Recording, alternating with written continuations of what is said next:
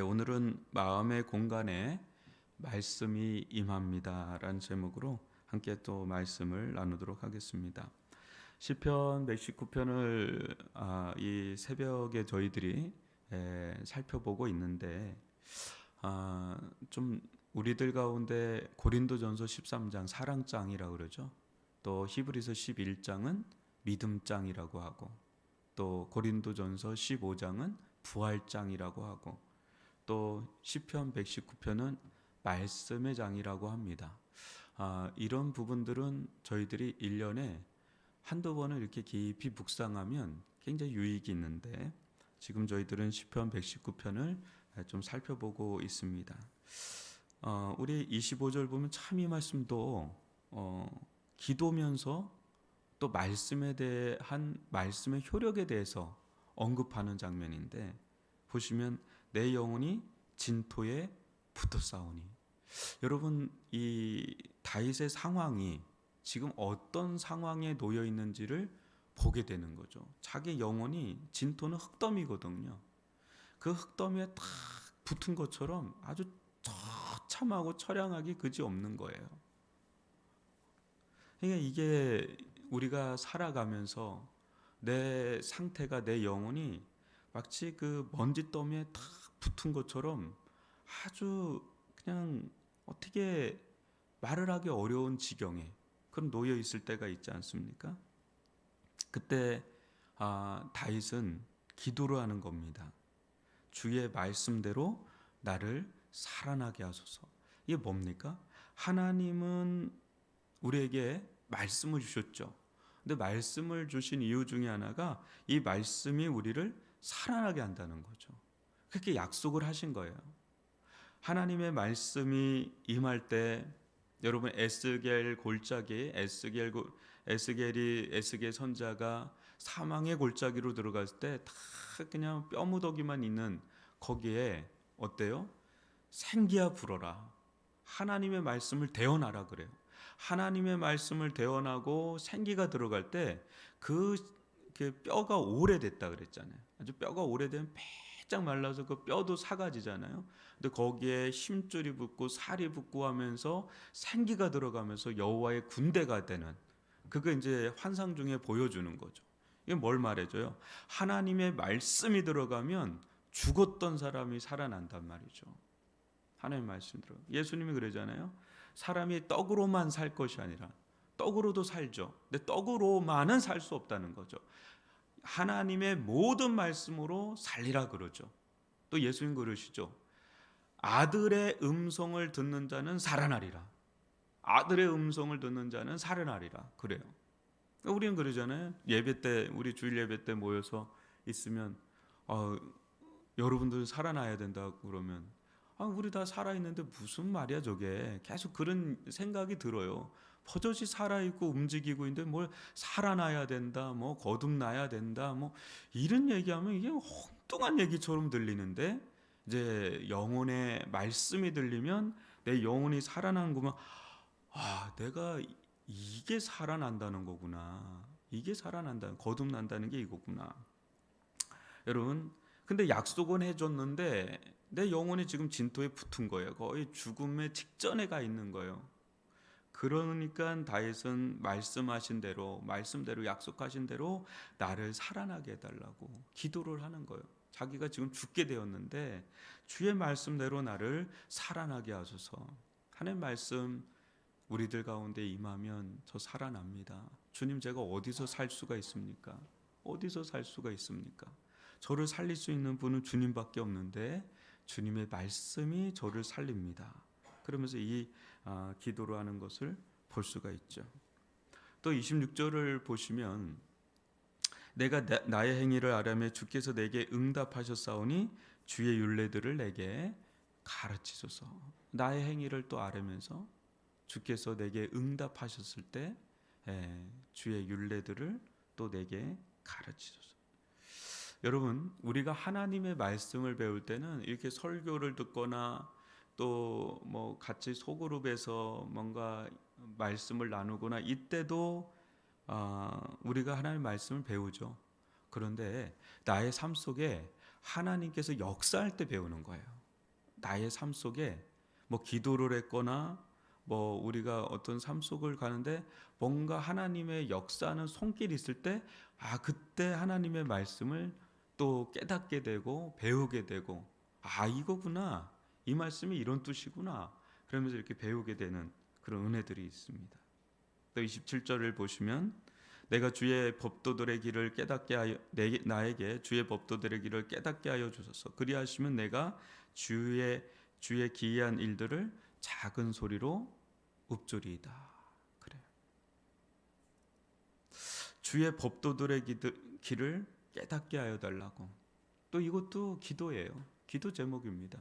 나에게 주의 법도들의 길을 깨닫게 하여 주소서. 말씀을 깨닫게 하여 주십시오.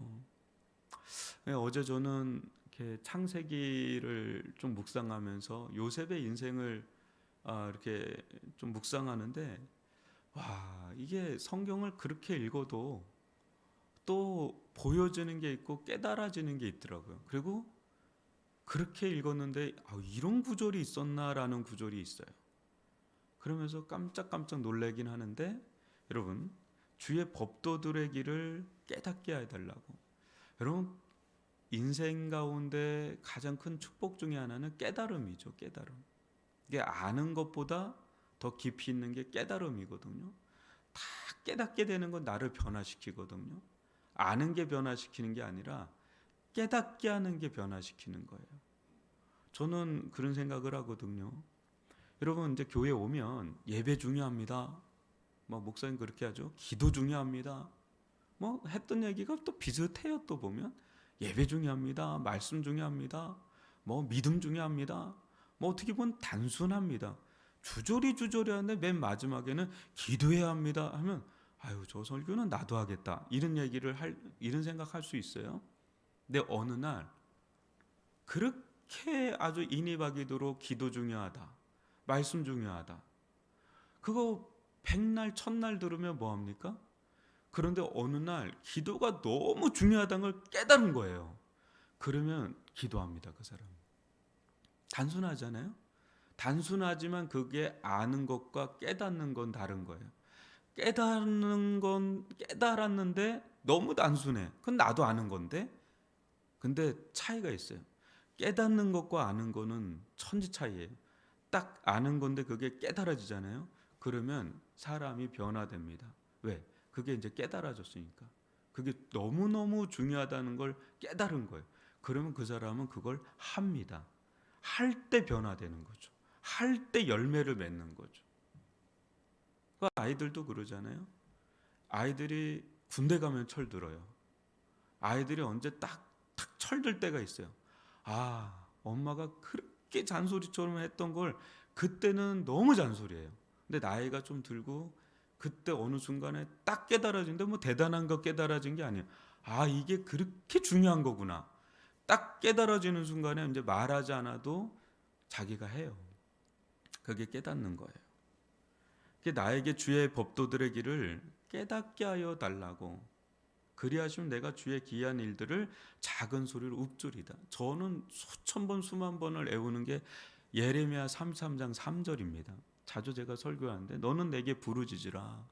내가 내게 응답하겠고 내가 알지 못하는 크고 은밀한 일을 내게 보이리라. 한 20대 후반에 제가 이 말씀을 기도 중에 딱 받았어요. 이 말씀이 나는 성경에 있는지 모르고 그거를 받았어요.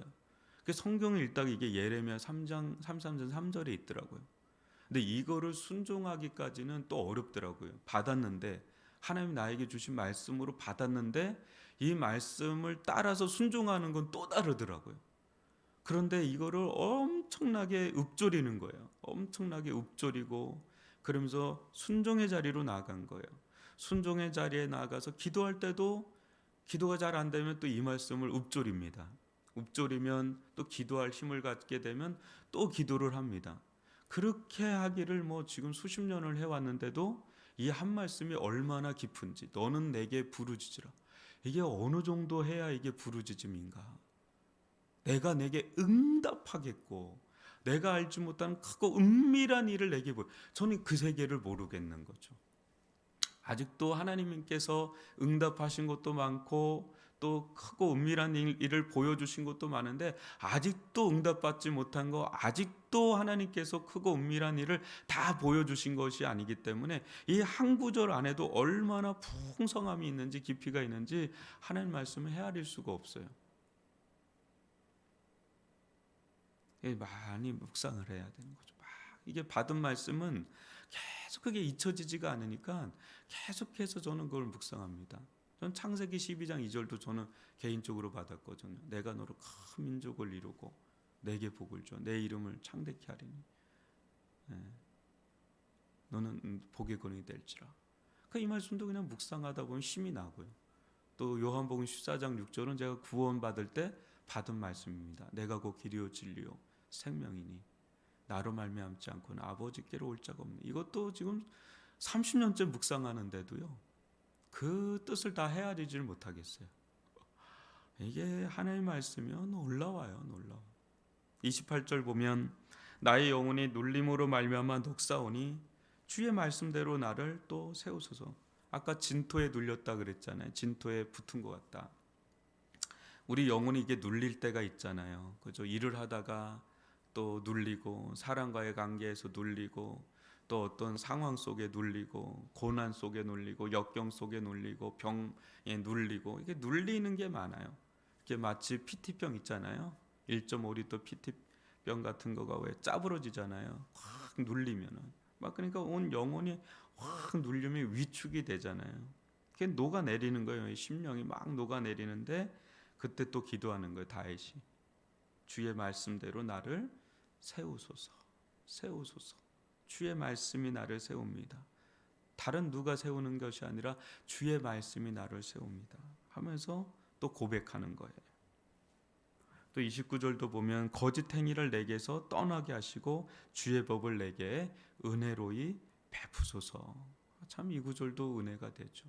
내가 성실한 길을 택하고 주의 규례들을 내 앞에 두었나이다. 참 이 거짓 행위를 떠나게 해달라고, 또 성실한 길을 내가 택하게 해달라고, 주의 말씀을 은혜로이 베풀어 달라고, 또 주의 말씀을 내 앞에 두게 해달라고, 항상 말씀이 내 앞에 있게 해달라고 이렇게 기도도 하고 그의 삶을 또 그렇게 또 택하고 계속 그런 삶을 다윗이 살아간 거예요. 그러니까 다윗처럼 하나님을 사랑한 사람도 없고 다윗처럼 하나님께 사랑받은 사람도 없다는 말이 있잖아요. 근데 그게 뭘로 드러나는 거냐면 말씀으로 드러나요. 여러분, 우리가 하나님을 사랑한다. 좀 약간 추상적이죠. 그게 구체적으로 드러나는 게 뭐냐면 하나님의 말씀인 성경을 사랑하게 돼요.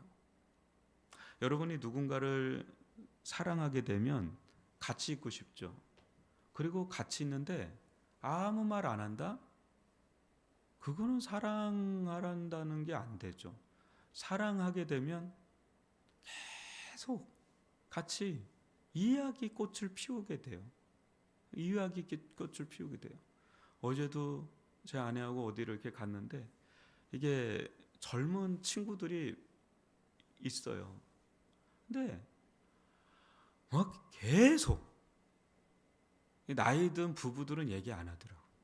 잘 얘기 안 하는데 젊은 친구들은 엄청나게 얘기를 해요. 아주 그냥 옆에서 얘기하는 것처럼 옆에 있는데도 그렇게 종알종알 얘기를 해요. 이게 뜨거운 거죠. 지금 한참 뜨거운 거죠. 이게 이야기를 하는 거죠.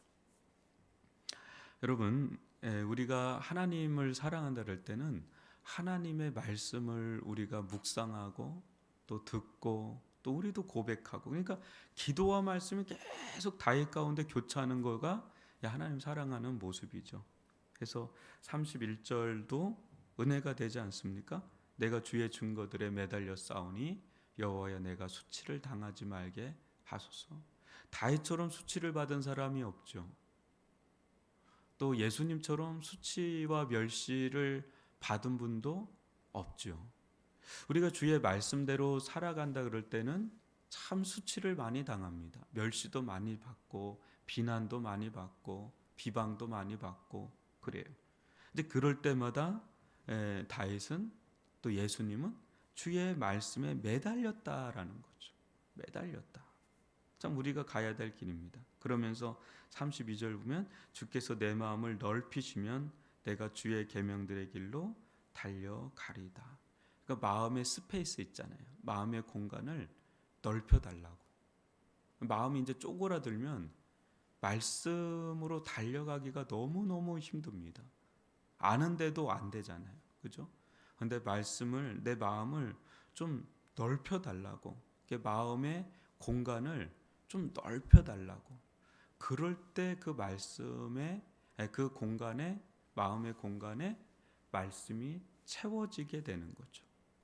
여러분 11평에 살다가 20평으로 가고 20평 살다가 또 30평에 가면 집어넣을 수 있는 게 많잖아요. 그죠? 또 그렇게 살다가 또 작은 데 가면 버려야 될 게 많아요. 저는 부산에 있다가 여기 왔을 때 엄청 많이 버렸거든요.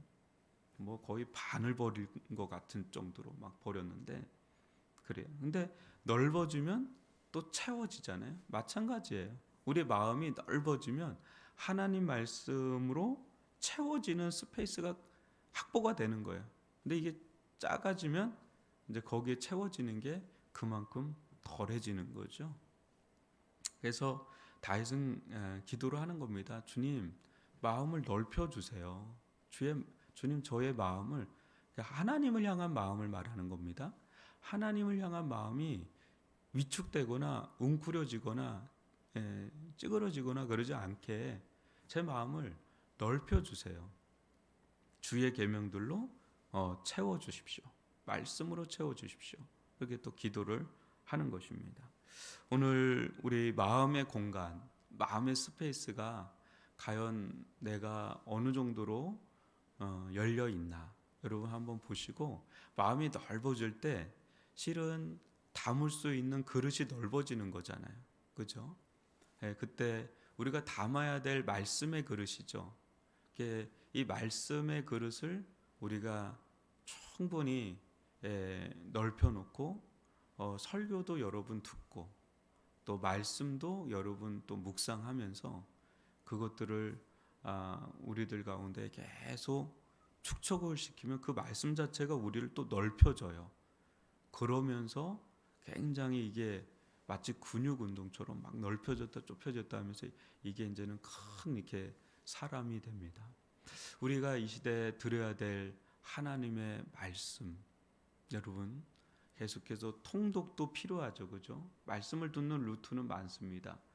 통독도 필요하고 또 큐티도 필요하고 또 설교도 필요하고 또 어느 때는 양육과 훈련같이 공부도 필요하고, 그래서 여러분들 이렇게 해 나가면서 우리가 말씀을 받아들일 수 있는 공간을 많이 확보하면 그것이 우리의 영혼과 삶에 다 영향을 미쳐서 양약이 되기 시작하죠. 이제 그런 은혜를 여러분들 우리들 가운데 주어졌으니까 그걸 마음껏 누릴 수 있는 사람들 될 수 있기를 바랍니다. 오늘 들은 말씀 가지고 여러분 또 묵상